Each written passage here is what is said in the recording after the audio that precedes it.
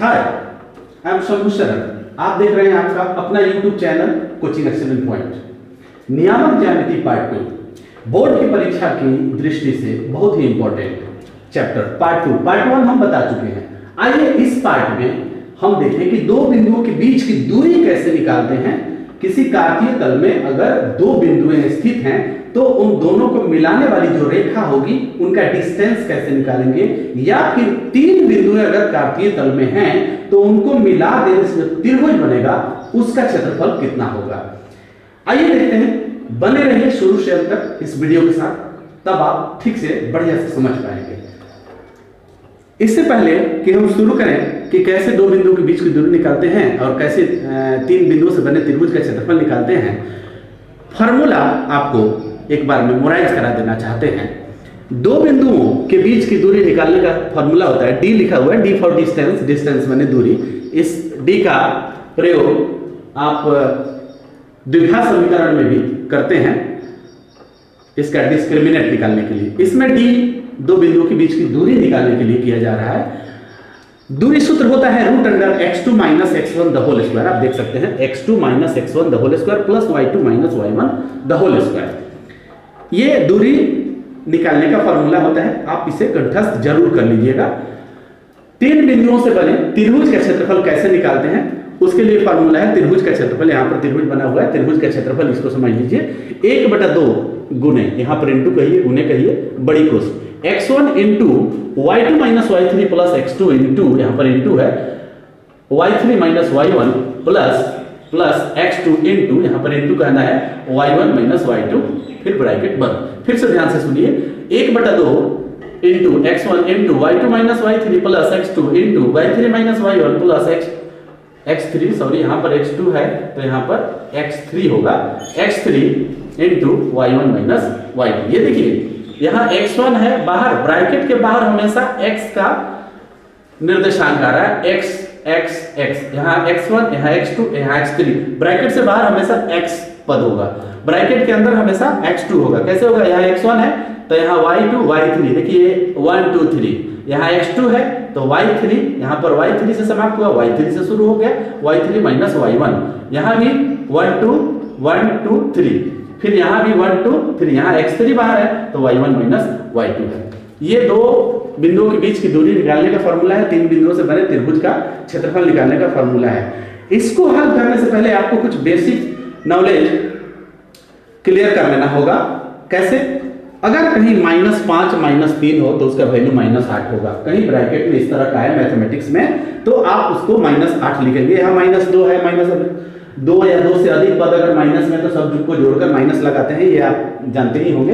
फिर ब्रैकेट के अंदर क्या है पहले उसका वैल्यू देखेंगे। -2 है +1 है तो -2 है +1 है तो -2 + 1 तो -1 आता है, और -3 पहले से लगा है तो यहाँ पर -3 पहले से लगा है, इनटू आ गया, फिर इसका वैल्यू -1 हो। ये ब्रैकेट के अंदर का वैल्यू -1 है और ये -3 बाहर है, तो उन दोनों को अगर आपस में गुना करें तो ये माइनस प्लस हो गया, 3 में बदल गया। फिर ब्रैकेट के बाहर -2 है और ब्रैकेट के अंदर -5 और +3 है, तो इसका वैल्यू पहले देखेंगे क्या आ रहा है। इस ब्रैकेट के अंदर जो है -5 और +3 तो इसका वैल्यू होगा -2, इसका वैल्यू होगा -2, और पहले से बाहर क्या है, -2 है तो -2 में इसके वैल्यू से गुना होगा -2 से, तो माइनस से गुना होगा तो वो प्लस में कन्वर्ट हो गया। फिर ब्रैकेट के बाहर 0 है, आप देख सकते हैं ब्रैकेट के बाहर 0 है तो -1 और +5, इसका वैल्यू हो जाएगा 4, और किसी भी संख्या में 0 से गुना करते हैं तो वो टोटल 0 हो जाता है, ये हमेशा याद रखिए। 0 में जिस संख्या से गुना करेंगे वो 0 हो ही जाएगा, तो ये 0 हो गया। फिर ये देखिए स्क्वायर में आ गया, ये तो ब्रैकेट था, गुना था, अब स्क्वायर में आ गया। तो ब्रैकेट के अंदर जो वैल्यू है उसको पहले सरल करके देखिए क्या आ रहा है, तो माइनस में 1 है और प्लस में 3 है, तो इसको हटाएंगे आप अलजेब्रा के रूल के हिसाब से, तो 2 होगा, 2 का स्क्वायर 4 होगा। फिर माइनस में 5 है, माइनस में 1 है, दोनों माइनस में है, तो इसके रूल के हिसाब से दोनों जोड़े हैं तो ये भी दोनों जोड़ना पड़ेगा ना, तो -6 और -6 पर स्क्वायर होगा तो वो माइनस ऑटोमेटिक खत्म हो जाएगा, वो 36 हो जाएगा। अब हम इसको क्लीन कर देते हैं, इसे हम क्लीन कर देते हैं। अब आगे क्या करना है कि सबसे पहले इस फार्मूला को देखते हैं कि दो बिंदुओं के बीच की दूरी कैसे निकालें। मान लीजिए कि इस कार्तीय तल में हम दो बिंदु ले रहे हैं, अपने मन से बिंदु ले रहे हैं, अपने मन से सवाल आपको बता रहे हैं। इसको अगर समझ जाते हैं तो आप किताब का सवाल एकदम धनाधन बनाएंगे, पूरा भरोसा। लेकिन समझिएगा, ध्यान से देखिएगा तब। ये कार्तीय तल है, मान लीजिए ग्राफ का पेज है यहाँ पर रखा हुआ है। आप ग्राफ का पेज आपके पास भी होगा, नहीं होगा तो खरीद लीजिए, समझने में आसानी होती है। ये ग्राफ का पेज है और उसको बीचों बीच जो x कोटि है, x अक्ष है, y अक्ष है, x एक्सिस y एक्सिस में उसको बांट दीजिए तो 4/4 4 भाग में ये बढ़ जाता है। हम नियामक ज्यामिति के पार्ट 1 में इसको बता चुके हैं। इसमें हम दो बिंदु कहीं भी ले लेंगे, दो बिंदुओं के बीच की दूरी, मान लीजिए कि एक बिंदु हम यहाँ पर लेते हैं। ये देखिए यहाँ पर एक बिंदु ले लिए, एक बिंदु यहाँ पर ले लिए, मान लीजिए एक बिंदु यहाँ पर ले लिए। अब इस बिंदु से इस बिंदु तक, तो सबसे पहले ये देखना है कि ये बिंदु जो आप लिए हैं, यहाँ पर मान लीजिए कि ए लिख दिए, यहाँ पर ए लिख दिए, आप देख पा रहे हैं स्पष्टता। थोड़ा सा हम इसको एडजस्ट कर लेते हैं। अब ये देखिए यहाँ पर ए हो गया, यहाँ पर ए हो गया, यहाँ पर ये बिंदु बी हो गया। अपने मन से लिए हैं, आप भी अपने मन से लेकर के उसको बना सकते हैं, या फिर ये बिंदु लेकर बनाया जा रहा है। किताब में बिंदु का निर्देशांक दिया रहता है, नियामक दिया रहता है, मतलब x का भी मान दिया रहता है, y का भी मान दिया रहता है, तो उसके हिसाब से आप बना सकते हैं। लेकिन हमारा उद्देश्य है कि आपको इसमें से लेकर के तब दिखाएं। इसको समझिए कि हम एक बिंदु यहाँ पर ले लिए, एक बिंदु यहाँ, ग्राफ का कॉपी है, ग्राफ के कॉपी पर हम दो बिंदु ले लिए, तो यहाँ से लेकर यहाँ तक जो डिस्टेंस बन रहा है दोस्तों, ये कितना सेंटीमीटर दूर है। अगर ये एक एक सेंटीमीटर के डिस्टेंस पर संख्याएं अंकित की गई हैं, तो यहाँ से लेकर यहाँ तक का डिस्टेंस क्या है। तो सबसे पहले ए बिंदु का निर्देशांक क्या है और बी बिंदु का निर्देशांक क्या है। अब यहाँ पर सवाल हम मान लीजिए लिख देते हैं, बिंदु ले करके एक सवाल लिख देते हैं, जैसे किताब में लिखा रहता है, गाइड में लिखा रहता है, उसके हिसाब से लिख देते हैं। कभी कभी बिंदु दर्शाने के लिए कहता है, हम दर्शा कर उस सवाल को लिख रहे हैं, फिर सवाल को हल करते हैं। ये ए और यहाँ पर बी, तो यहाँ से देखिए ये x का, ये सारे वैल्यू x के हैं और इधर से y के हैं, तो x के सामने है ये, तो x का क्या है, -4 है। तो ए बिंदु जो है x के लिए -4 है, तो इधर से y के लिए है, इधर से जो डिस्टेंस नापेंगे वो y के लिए है, तो y के लिए क्या होगा, यहाँ देखिए y के लिए, यहाँ से जो y के सामने ये रेखा जो गया है, 3 के सामने गया है ना, तो 3 किसका है, y का है, तो यहाँ पर 3 लिख देंगे। यानी x का -4 इधर से देखिए और y का 3 यहाँ से देखिए। फिर एक दूसरा जो बिंदु है यहाँ पर है, ये x के सामने क्या, ये x का है, x एक्सिस है, x अक्ष है, इसके सामने देखिए यहाँ तक आया है, ये यहाँ तक आया है, तो x का 2 हो गया, यहाँ पर 2 हो गया, कॉमा हो गया, और y के सामने क्या, वो तो 3 ही है, वो 3 ही है। अगर इधर से ऐसे खींचते, ऐसे भी खींच सकते हैं, तो फिर x का और y का वैल्यू बदलता जाएगा। बनाने का तरीका वही होगा, बस आप प्रैक्टिस करके देखिएगा, सवाल किताब से बनाइएगा, आपको अच्छी तरीके से समझ में आ जाए तो वो एकदम धनाधन बनाएंगे। समझने की कोशिश कीजिए। मान लीजिए कि आपको 1 नंबर सवाल है, a इतना, b इतना, इनके बीच की दूरी क्या है, इनके बीच की दूरी क्या है। तो इसे बनाने के लिए दोस्तों 2 सवाल आपको समझाना है, लेकिन ठीक से समझिए। सवाल में ये ग्राफ का पेज आपको नहीं देगा, डायरेक्ट ऐसे सवाल लिख देगा। तो सबसे पहले ये देखना है कि बिंदु है कहाँ, तो यहाँ है। आपको किताब में ये भी नहीं कहा जाएगा कि ये बिंदु बताइए और बीच की दूरी बताइए, शायद कभी कहा भी जा सकता है, लेकिन ज़्यादातर ऐसा नहीं होता है। डायरेक्ट सवाल लिख दिया गया, ए का नियामक कितना है, बी का नियामक कितना है, चाहे सी का नियामक है, डी का नियामक है, एल का नियामक है, वाई का नियामक है, एनीथिंग, कोई भी इंडिकेट उसमें किया जा सकता है। तो उनके बीच की दूरी क्या है, डिस्टेंस क्या है, 2 बिंदु। तो ये तो आपको समझाने के लिए है कि देखिए ये कार्तीय तल में ये बिंदु यहाँ पर है और ये बिंदु यहाँ पर है, तो उनसे जो डिस्टेंस बन रहा है उनका मान कितना होगा। तो इसके लिए एक सवाल हो गया। अब हम इसे हल करेंगे। देखिए ये पहला जो वैल्यू होता है x का होता है, ये भी x का है, ये भी x का है, लेकिन ये x1 है, ये x2 है, इसलिए यहाँ पर लिखेंगे आप x1 का वैल्यू -4 हो गया और x2 का वैल्यू हो गया तुरंत इसके इक्वल में 2 हो गया। फिर यहाँ पर लिख दीजिए y1, यानी बाद वाला वैल्यू, y1 का वैल्यू 3 हो गया और संयोग से y2 का भी वैल्यू 3 हो गया। अब आपको कुछ नहीं करना है, ये वैल्यू लिखने का। देखिए पहला वैल्यू x का होता है तो ये x1 है, ये x2 है, ये y1 है, ये y2 है, ये y1 है, ये y2 है। यहाँ 0 भी हो सकता है, a भी हो सकता है, -a भी हो सकता है, किसी का भी मान कुछ भी हो सकता है, a b c x y z कुछ भी हो सकता है। बनाने का तरीका वही रहेगा। अब आप दूरी बराबर लिख दीजिए, दूरी का फॉर्मूला लिख दीजिए, x2 - x1 the whole square plus y2 - y1 the whole square. ये देखिए, ध्यान से देखिए, x2 - x1 the whole square. इसके पहले हम बेसिक बता दिए हैं। अभी इस सवाल को बताने से पहले हमने लिखा था यहाँ पर बेसिक कुछ कॉन्सेप्ट आपका क्लियर किए हैं, उसकी जरूरत अब यहाँ है। x2 - x1 plus y2 - y1 the whole square, लेकिन ये रहेगा रूट में। आगे अगर इसको बढ़ाते हैं तो x2 सबसे पहले देखिए 2 है, माइनस का चिन्ह सवाल में ही है, सूत्र में ही है, तो आपको माइनस का चिन्ह देना पड़ेगा। फिर x1 है, तो x1 क्या है, -4 है, तो आप ऐसे -4 लिखिए। फिर क्या है, अब ब्रैकेट के बाहर एक ब्रैकेट लगाना है, तो आप बड़े वाले ब्रैकेट का उपयोग करेंगे, तब जाकर बेहतर माना जाएगा। मैथमेटिक्स के रूल का पालन करते हुए यहाँ पर स्क्वायर है या स्क्वायर दे दीजिए, प्लस आ गया। अब फिर यहाँ पर y2 आ गया, y2 क्या है, 3 है, माइनस y1 क्या है, ये देखिए एक बार और 3 है, दोनों 3 है, इस पर भी स्क्वायर देंगे। अब इसको रूट में रखेंगे। अब इसको अगर आगे बढ़ाएं तो 2 माइनस और माइनस क्या हो गया दोस्तों, माइनस प्लस हो गया, यहाँ पर 4 आ गया। फिर अब ये स्क्वायर तो बना रहेगा, प्लस ये देखिए 3 में से 3 घटाएंगे क्या होगा, 0 पर स्क्वायर आ गया। अब ये ऐसे हो गया। फिर यहाँ पर थोड़ा सा जगह कम है, अब इस साइड हम आपको बनाकर दिखाते हैं। अब इसे देखिए, अब यहाँ पर 4 और 2 जोड़ देंगे, 6 का स्क्वायर होगा, प्लस ये 0 पर स्क्वायर तो 0 ही होगा, रूट में देना है आपको।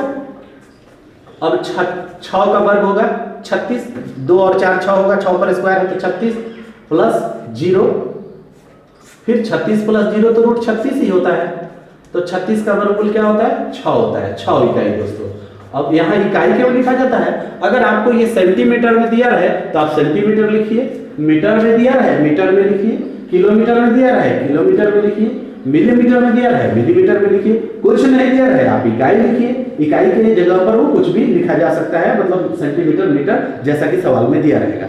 तो ये आपने देखा कि दो बिंदुओं के बीच की दूरी हम कैसे ज्ञात कर सकते हैं। तो सबसे पहले तो कार्तीय तल को आपको समझना होगा, भुज क्या है, कोटि क्या है, ये समझना होगा। इसको समझने के लिए आपको नियामक ज्यामिति का पार्ट 1 देखना पड़ेगा, आप अच्छी तरीके से उसमें समझ पाएंगे। उस वीडियो को जरूर देख लीजिएगा अगर आपको कोई डाउट है। तो भुज कोटि समझ लेने के बाद में x1 x2 आप लिखेंगे, फिर डिस्टेंस फार्मूला लिखेंगे। यहाँ पर डिस्टेंस फार्मूला ये आ गया, डिस्टेंस फार्मूला पर इन वैल्यूओं को सेट करेंगे और जो वैल्यू आएगा वो दो बिंदुओं के बीच की दूरी हो जाएगा।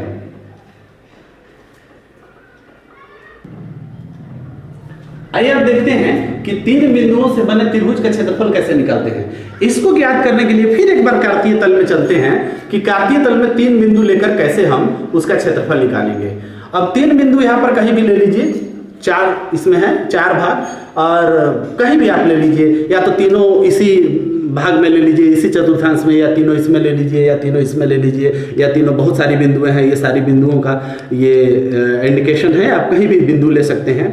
या फिर ऐसा 3 बिंदु लीजिए कि 3 वो चतुर्थांश में घुस जाए। तो इसके हिसाब से अगर हम 3 बिंदु यहाँ पर मान लीजिए कि एक बिंदु यहाँ पर अंकित करते हैं, एक बिंदु यहाँ पर अंकित करते हैं, और एक बिंदु यहाँ पर मान लीजिए अंकित करते हैं। 3 बिंदु हम अंकित कर लिए। अब इनसे 3 बिंदु, किसी भी त्रिभुज के निर्माण के लिए 3 बिंदु का होना जरूरी है, 3 शीर्ष होता है। तो अब इसको हम मिला देते हैं, ये जो 3 बिंदु है इसको ऐसे मिला दिए और इसको ऐसे मिला दिए, फिर इसको ऐसे मिला दिए, मान लीजिए ये बन गया। अब इसका कोई नाम दे देते हैं, अब इसका कोई नाम दे देते हैं, मान लीजिए हम यहाँ पर ए लिख देते हैं, ये बन गया आपका ए, और ये बन गया बी, और ये बन गया सी, एक त्रिभुज बन गया। अब इस त्रिभुज का क्षेत्रफल क्या होगा, यह जो एरिया है यह कितना एरिया कवर किए हुए है, घेरे हुए है, इसका एरिया कितना है, क्षेत्रफल कितना है, यही निकालना है। तो अब यहाँ पर हम लिखेंगे प्रश्न 2। प्रश्न 2 के लिए अब ए का नियामक क्या है, यहाँ देखिए ए का। अब यहाँ पर x का वैल्यू जो होगा x का जो वैल्यू होगा 2 होगा और इधर से y का भी 2 होगा। तो यहाँ पर 2 हो गया, ये भी 2 हो गया, कॉमा। अब b पर चलते हैं कि b के लिए निर्देशांक क्या कहता है। यहाँ पर b है तो x का तो जस्ट इसी पर है, x एक्सिस पर है तो x तो 0 बन गया, x 0 बन गया, सॉरी x -1 है, इधर से जाएंगे तो x का जो वैल्यू है -1 है, लेकिन y इधर बढ़ेंगे तब होगा, तो उधर गया नहीं, यहीं पर है, तो x का -1 हो गया और y का 0 हो गया। अब c के लिए देखते हैं कि c के लिए क्या है। यहाँ पर c आ गया, तो यहाँ पर x देख सकते हैं आप, इधर से इसके सामने आया है, यहाँ पर 2 है और इधर से y का, इधर से देखिए y का -4 है, तो ये बन गया आपका x का 2 और y का -4। अब यहाँ पर 3 बिंदुओं बन गई और 3 बिंदुओं से हमें जो त्रिभुज बना है उसका क्षेत्रफल निकालना है। देखिए किताबों में या गाइड में या हो सकता है आपकी परीक्षाओं में ये चीज नहीं दिया रहे कि आप उसको कार्तीय तल में दिखाइए फिर बने त्रिभुज का क्षेत्रफल बताइए, शायद कभी ऐसा नहीं होता है, लेकिन हो भी जाए तो आप ऐसा दिखा करके त्रिभुज का क्षेत्रफल निकाल दीजिएगा। आपके किताबों में केवल यही बिंदु का नियामक दिया रहता है और सवाल पूछ दिया जाता है कि त्रिभुज का क्षेत्रफल क्या है, तो और भी सहज हो गया। इस इधर ना दिखा करके डायरेक्ट निर्देशांक दिया है, उसको सजा दीजिए, त्रिभुज का क्षेत्रफल निकाल दीजिए। तो आपको 3 बिंदु दी गई है, इसका क्षेत्रफल निकालना है। इससे बने त्रिभुज का क्षेत्रफल ज्ञात करें। मान लीजिए ऐसा आ गया, त्रिभुज का क्षेत्रफल ज्ञात करें, ऐसा आ गया, आप देख पा रहे हैं, थोड़ा सा आपको हम एडजस्ट कर लेते हैं। ये देखिए पहले से जो त्रिभुज बना है यहाँ पर आप देख पा रहे हैं। फिर उसी त्रिभुज के नियामक को, निर्देशांक को हम यहाँ अंकित किए हुए हैं, यहाँ पर अंकित किए हुए हैं, आप देख पा रहे हैं। अब हम इसका क्षेत्रफल निकालेंगे, तो इसके क्षेत्रफल के लिए क्या करना है आपको कि ये x का वैल्यू है, ये भी x का वैल्यू है, ये भी x का वैल्यू है, अर्थात x का वैल्यू 3 बार है, फिर y का वैल्यू है, y का वैल्यू है, y का वैल्यू है, ये भी 3 बार है, तो उसको x1, x2, x3 लिखेंगे। तो यहाँ पर आ गया x1 का वैल्यू 2, x2 का वैल्यू दूसरे ब्रैकेट में आइए -1 और x3 का वैल्यू दोस्तों क्या है, इस ब्रैकेट में आइए एक बार और 2 है। यहाँ पर y1 लिखेंगे, y1 आपका क्या मिल रहा है, यहाँ 2 और y2 अगले ब्रैकेट में चलिए, y2 0 और y3 तीसरे ब्रैकेट में ध्यान दीजिए, बाद वाला -4 मिल गया। अब आप ये लिख दिए। अब यहाँ पर त्रिभुज का क्षेत्रफल लिखिए, त्रिभुज का क्षेत्रफल, त्रिभुज का क्षेत्रफल का फॉर्मूला लगाइए, 1/2 बड़ी कोष्टक, यहाँ पर आ गया x1 फॉर्मूला, x1 तो यहाँ x1 आता है, तो यहाँ y2 y3 प्लस, फिर यहाँ x1 आता है तो यहाँ x2 आ जाता है, फिर y3 से समाप्त हुआ है तो y3 से शुरू हो जाएगा, y3 y1, फिर यहाँ x2 आ गया तो यहाँ पर x3 आ गया। अब ये हम कहकर लिख रहे हैं, आप अगर पूरा याद करनी है तो याद कर लीजिए, लिख लीजिए, कोई दिक्कत नहीं है, y1 y2 आ गया, ये हमने फॉर्मूला यहाँ पर लिख दिया। अब इसी फॉर्मूला पर सारे वैल्यू जो दिए हुए हैं, निर्देशांक जो दिए हैं, अंक निर्देश अंक जो दिए हुए हैं, इस पर सेट करना है। अब ये देखिए दोस्तों x1 है, आप x1 देख रहे हैं क्या है, पहले फॉर्मूला के बाद उसका निर्देशांक सेट कीजिए, आंसर आएगा, एकदम आएगा ही आएगा, नहीं आने का सवाल ही नहीं है, अगर आप माइनस प्लस का थोड़ा ध्यान रखेंगे।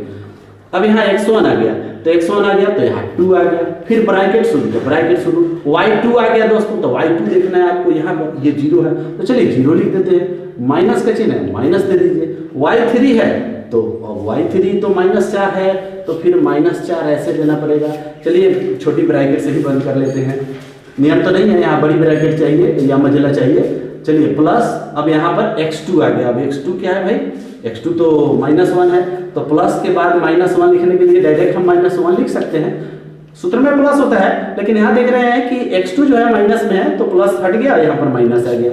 अब यहाँ पर y3 लिखना है -4, माइनस y1 लिखना है तो y1 है 2, ये -4 निर्देशांक है और ये माइनस सूत्र में है, और ये y1 जो है y1 2 है। चलिए x3 आपको लिखना है, तो x3 आपका क्या है, x3 देखिए 2 है, यहाँ पर 2 आ गया, फिर y1 क्या है, फिर यहाँ पर 2 है, माइनस y2 क्या है, 0 है दोस्तों, यहाँ पर 0 आ गया, सॉरी यार इसको साफ साफ कर देते हैं, माइनस ये 0 आ गया। अब बड़ी कोष्टक से फिर बंद हो गया, फिर इसको अगर आगे बढ़ाते हैं, मैथमेटिक्स का रूल का पालन करते हुए बड़ी ब्रैकेट के अंदर अगर छोटी ब्रैकेट, तो पहले उसको बनाते हैं। चलिए, ये हो गया 2 गुणे, अब इसका वैल्यू क्या होगा, माइनस और minus plus, minus minus plus, और 0 में 4 जोड़ना है तो 4 ही आएगा। फिर -1 गुणे ये -1 और इस ब्रैकेट के बाहर गुणे, इसका वैल्यू क्या आएगा, -4 और -2 -6 आएगा, बिल्कुल -6 आएगा। फिर ये +2 हो गया, ये +2 हो गया, यहाँ पर ये देखिए +2 आ गया। फिर ब्रैकेट के अंदर क्या है, 2 में से 0 घटाएंगे आपको 2 ही मिलेगा। फिर इसको बड़ी कोष्ठ से बंद करते हैं। अब थोड़ा जगह कम है, यहाँ पर बनाने की हम कोशिश करते हैं। यहाँ पर इसको कलर ही बदल देते हैं। चलिए, 1/2 आ गया, फिर बड़ी कोष्ठ। अब इसका वैल्यू देखेंगे, 4 गुना 8 बन गया दोस्तों। फिर -1 में -6 से गुना करेंगे तो माइनस माइनस प्लस होगा ना, यहाँ पर प्लस होगा, तो 6 एकम 6, ये 6 बन गया। फिर +2 दुना, ये +4 बन गया, ये 4 बन गया। फिर आगे बढ़ाते हैं, 1/2, 8 और 6 14, 14 और 4 18। अब यहाँ पर गुणा में आ गया 18, 8 4 14 4 18। अब यहाँ पर कटेगा दोस्तों, तो काटेंगे, कैसे कटेगा, 2 नामा 18 कटेगा, तो ये बन गया 9 वर्ग इकाई, 9 वर्ग इकाई। ये आपका आंसर हो गया। इन 3 बिंदुओं से बने त्रिभुज का क्षेत्रफल, त्रिभुज एबीसी का क्षेत्रफल आपको ये प्राप्त हुआ। तो इसमें सबसे जरूरी चीज है कि आप पहले उसका निर्देशांक सही सही सजा दीजिए, x का वैल्यू y का वैल्यू सजा दीजिए, त्रिभुज के क्षेत्रफल का सूत्र लिखिए, उस पर सेट कीजिए। आपको बेसिक नॉलेज होना चाहिए, माइनस प्लस का ज्ञान होना चाहिए, तभी आप सही आंसर तक पहुंच पाएंगे। अन्यथा रास्ते में ही आप भटक जाएंगे और आंसर पर जाकर अटक जाएंगे। तो फिर आप सोचेंगे क्या मिस्टेक हुआ, तो फिर से चेक कीजिए, आपका हो सकता है माइनस प्लस गड़बड़ हुआ हो। दूसरी चीज है कि आप क्षेत्रफल निकाल रहे हैं, यहीं पर हम आपको क्लियर कर देना चाहते हैं। क्षेत्रफल बाई द वे 0 आ गया, बाई द वे आपका क्षेत्रफल 0 आ गया। कभी कभी ऐसा भी होता है 0 आ गया, तो जब 0 आ गया तो ऐसे सवालों में ज्यादातर कहता है कि क्या ये बिंदु संरेखी है, संरेखी है, कोलिनियर है, समरैखिक है, मतलब एक ही रेखा पर है।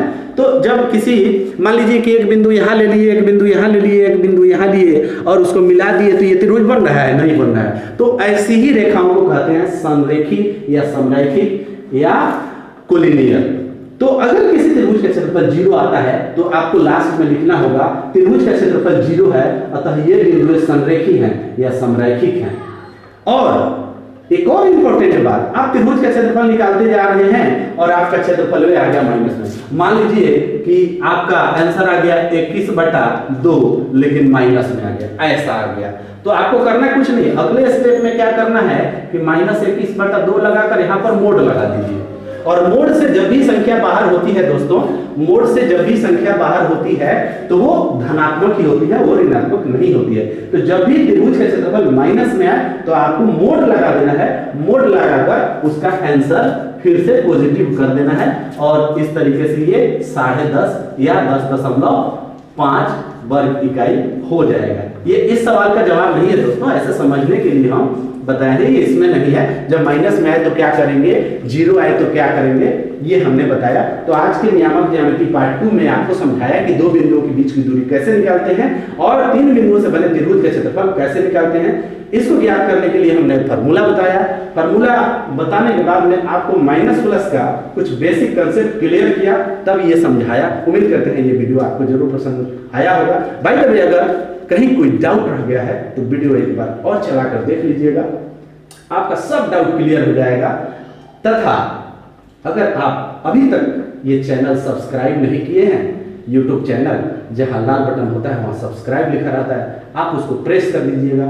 आपको हर वीडियो का नोटिफिकेशन मिलता रहेगा, आप वीडियो देखते रहेंगे, अपनी पढ़ाई अनवरत जारी रखेंगे। लाइक कीजिए, लाइक पर क्लिक कीजिए, शेयर कीजिए एक दूसरे को, सब्सक्राइब कीजिए। आज के एपिसोड में इतना ही। Thank you.